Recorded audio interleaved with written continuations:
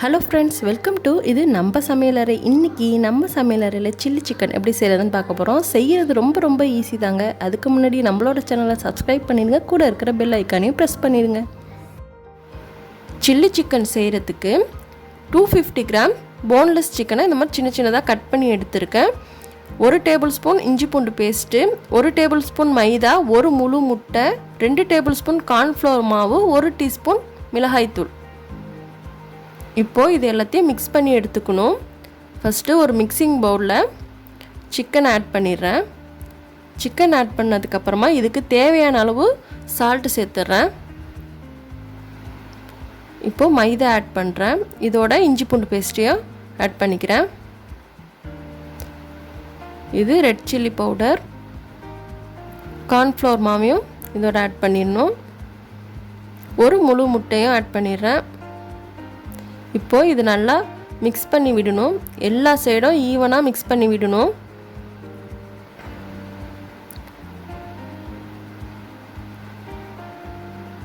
இதை நல்லா மிக்ஸ் பண்ணதுக்கு அப்புறமா ஒரு 30 மினிட்ஸ் இதை ஃப்ரிட்ஜில் வச்சுடுங்க.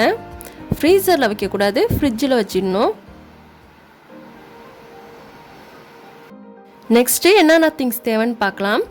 ஒரு மீடியம் சைஸ் ஆனியனை இந்த மாதிரி க்யூபாக கட் பண்ணி எடுத்திருக்கேன். பாதி கேப்சிகமையும் க்யூபாக கட் பண்ணி எடுத்திருக்கேன். 1 table spoon red chilli sauce, 1 table spoon soya sauce, 1 table spoon tomato sauce, மூணுமே சம அளவில் எடுத்திருக்கேன்.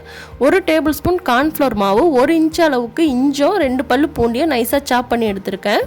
2 டேபிள் ஸ்பூன் ஆயிலு, 1/2 டீஸ்பூன் மிளகுத்தூள்.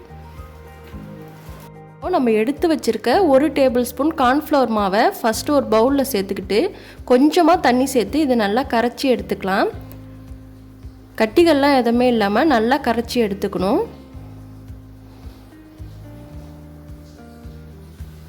ஸ்டவ் ஆன் பண்ணிவிட்டு ஒரு தவா வச்சுருக்கேன்.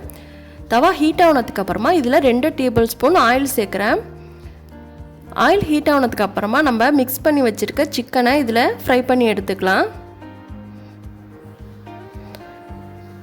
இந்த மாதிரி தனித்தனியாக வச்சு ஃப்ரை பண்ணுங்கள், இல்லைனா எல்லாமே ஒன்றோட ஒன்று சேர்ந்துடும். டீப் ஃப்ரை பண்ண தேவையில்ல, இந்த மாதிரி சலோ ஃப்ரை பண்ணி எடுத்துக்கலாம்.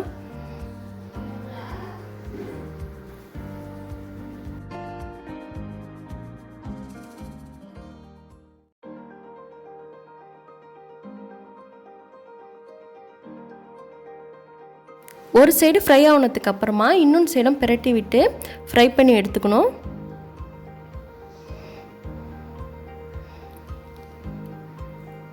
எல்லா சைடும் பிரட்டி விட்டு ஃப்ரை பண்ணி எடுத்துக்கணும். அடுப்பை சிம்மில் வச்சு தான் குக் பண்ணணும். வேகமாக வச்சு குக் பண்ணால் மேலே மட்டும் தான் சவந்திருக்கும், உள்ளார சிக்கன் வெந்திருக்காது. இப்போது 2 சைடும் நல்லா பொரிஞ்சிடுச்சு. சிக்கன் வெந்துருச்சான்னு செக் பண்ணிவிட்டு எல்லா சிக்கனையும் நம்ம ஒரு பவுலில் எடுத்து வச்சுக்கலாம்.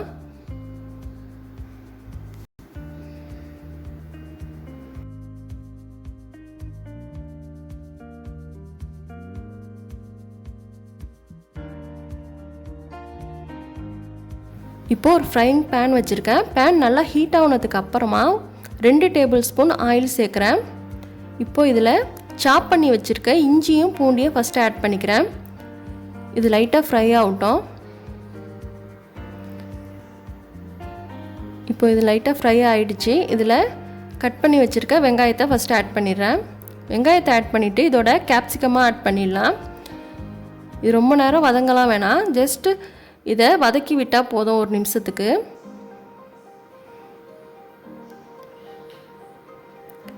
இந்த அளவுக்கு இது வதங்கினதுக்கு அப்புறமா இதில் சாஸ்லாம் ஆட் பண்ணிக்கலாம். First red chilli sauce add பண்ணுறேன்.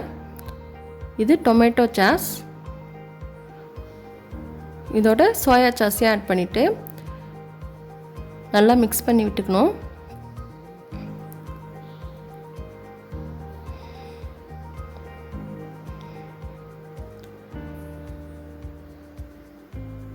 இதுக்கு தேவையான அளவு உப்பு சேர்த்துக்கலாம். நம்ம கோழிலையும் உப்பு சேர்த்து தான் ஃப்ரை பண்ணியிருக்கோம், அதனால் கொஞ்சம் குறைவாகவே சேர்த்துக்கலாம்.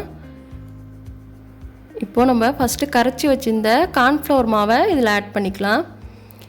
ஆட் பண்ணிவிட்டு நல்லா மிக்ஸ் பண்ணி விடணும்.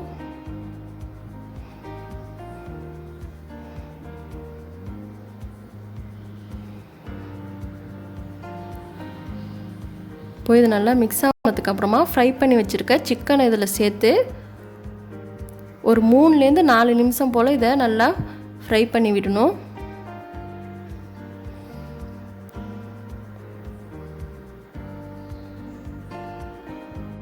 ரெண்டுலேருந்து 3 நிமிஷம் போல் இதை நல்லா ஃப்ரை பண்ணியாச்சு.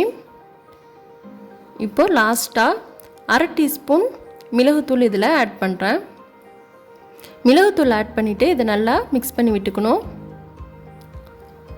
அவ்வளோதாங்க, ரெஸ்டாரண்ட் ஸ்டைலில் சில்லி சிக்கன் ரொம்ப சூப்பராக நம்ம வீட்டிலே ரெடி பண்ணியாச்சு. கண்டிப்பாக உங்கள் வீட்லேயும் இன்றைக்கே ட்ரை பண்ணி பாருங்கள். செய்கிறது ரொம்ப ரொம்ப ஈஸி தான்.